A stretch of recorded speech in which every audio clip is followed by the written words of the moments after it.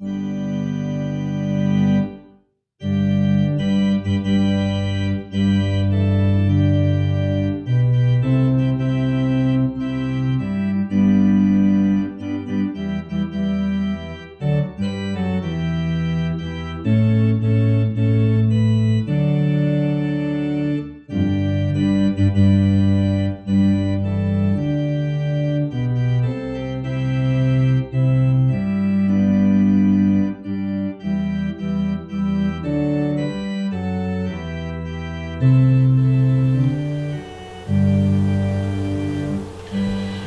morning, everybody. Pastor Randy Fry. 7 minutes with the Savior. You can still tell my voice is still not at 100% here. And you probably couldn't hear me over the music.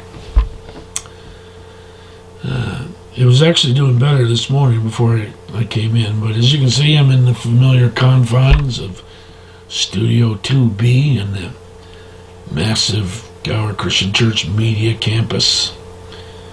And we just heard a little bit of Beth Jameson doing Victory in Jesus. But I'm off quarantine, thank goodness. Sort of determined that what I'm dealing with now is not because of COVID, but a little bronchitis that developed because of the congestion I had when I was COVID positive. So, in other news, I'm looking at my Covanuary beard here, and it started to take on kind of a grumpy old man slash serial killer look, so I don't know if it's going to survive. And I haven't given my wife a chance to weigh in on it yet. I kind of know what her answer is probably going to be. So, but anyway, this last couple of weeks has been a test for me. Like you might imagine anybody might experience, and you probably have experienced if you had to do the whole COVID thing. And one of the things that's been helpful for me is the Psalms. I finished reading through the last part of the book of Luke, and now I'm reading the early Psalms. And the Psalms talk a lot about being sustained in the midst of challenges and troubles. The Psalms, some of them talk a lot about healing.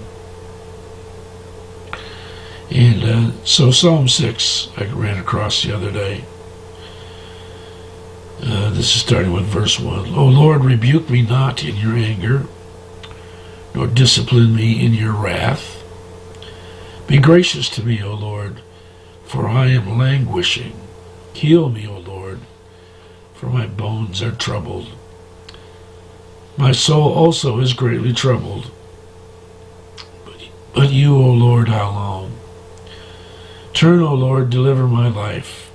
Save me for the sake of your steadfast love. For in death there is no remembrance of you. In Sheol, who will give you praise? Now, I got to admit, I was so sick that I actually feared for my life. In fact, as a kid growing up, I had bronchitis like this all the time. So it's kind of a blast for the past. But, the giving words to that prayer for healing, to being sustained, it's been frustrating because I haven't really been able to work like I normally do. And it's caused, I had to do a lot of scrambling. Concern for my family. Jesse's COVID positive now. And I think he got it from me before I understood that what I had was COVID. He's doing fine, by the way. And Rhonda's avoided it, thankfully.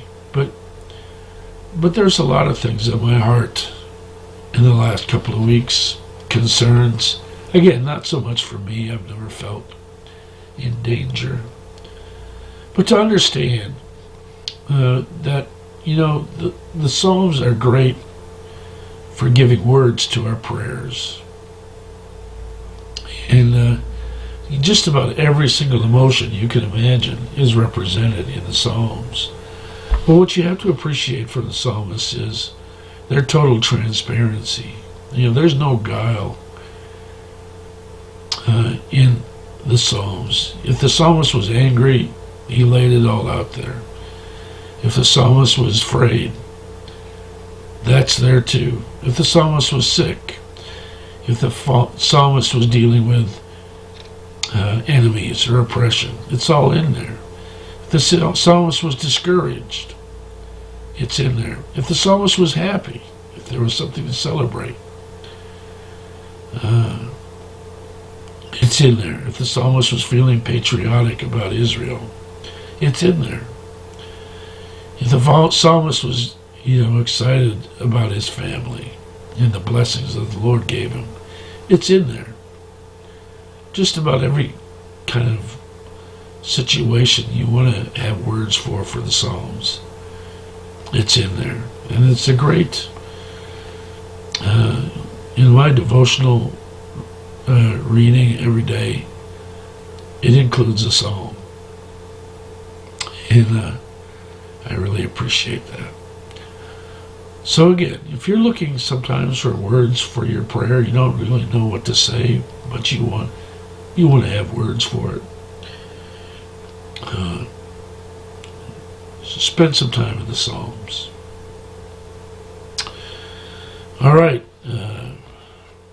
This week we got Pee Wee basketball. And because of Pee Wee basketball, we're not going to have men's breakfast this month because we kind of need the same space. So we're going to take a break from men's breakfast. Pee Wee basketball is great, and it's Saturday mornings from 8 to 11. This Sunday, worship at 10:30, like always, both online or in person. We're still doing in person. And of course, if you're not feeling safe about being around other people, do it online and worship online. And then we'll have youth group Sunday night at 6, and that's going to be for all ages. The JYF, which is older elementary kids, Cairo, which is middle school, and CYF, which is senior high. A couple of people we're praying for health reasons. Doug Greer, doing well as far as I know after his kidney transplant, but still, this is a real critical time. Lincoln, this is Dale and Katie Patterson's grandson, has been in Children's Mercy with some respiratory stuff. And Tim Morey, we want to remember Tim Morey, who's recently been hospitalized. He's back home now, but we'll be facing heart surgery here coming up. All right. I sort of whispered my way through that. Remember that old country singer whispered Bill Anderson? That's me today. Great to spend time with you. Until we meet again online or in person, I bid you peace.